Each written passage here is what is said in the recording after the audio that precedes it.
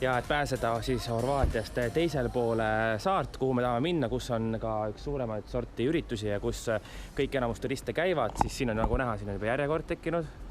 Siis sinna koos nüüd siis selle paadiga maksab 3 inimest ja auto 20 € ja me lähme sinna. Aga siin kohalikud poisid mitte ei müü kala ja ei tee pättust, vaid pesevad autode aknaid ja saavad selle eest ka veel raha, nii et lähevad lihtsalt turisti juurde ja viskavad loputusvett täis ja hakkavad lihtsalt pesema. Nüüd me oleme avastanud, et meie auto alt tulevad mingisugused juhtmed ja mingisugune toru. Et huvitav, kas see on nüüd meie autost või me oleme millegist üle sõitnud, kas me nüüd saame edasi saare peale või me ei saa, kas me saame koju või ei saa koju. Me loodame igal juhul, et tegemist on lihtsalt sellega, et me sõitsime mõnest mingisest juhtme puntrast lihtsalt üle. Et äkki on lootust, et siiski saame autoga veel koju.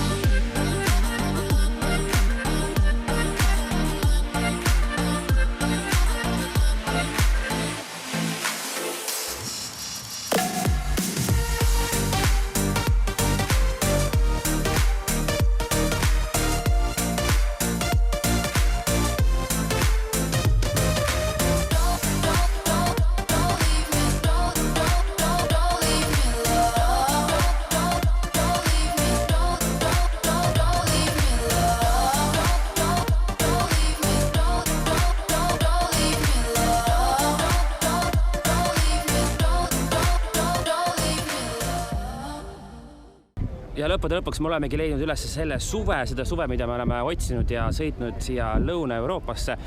24 tundi sai autos istutud ja sõidetud, nagu te nägite, läbi käidud väga huvitavaid erinevaid kohti. Nüüd lõpuks oleme siin Horvaatias ja selle saare nimi, kus me lõpuks jõudsime.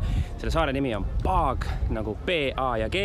Nii et tasub siia tulla, siin on hästi kena igal juhul. Täna on siin umbes 30 kraadi, nii et selline õige hea suvi on täpselt siin samas Novalnaja linnas.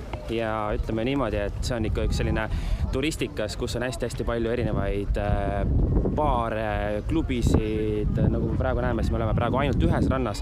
Neid randu on siin kümneid ja kümneid. Ja loomulikult, kui sa tuled juba sellisesse ilusale saarele kuskile pidutsema ja lihtsalt mõnutsema, siis loomulikult võtta endale üks mõnus mojito. Mojito maksab siin eurodes umbes 5 € ja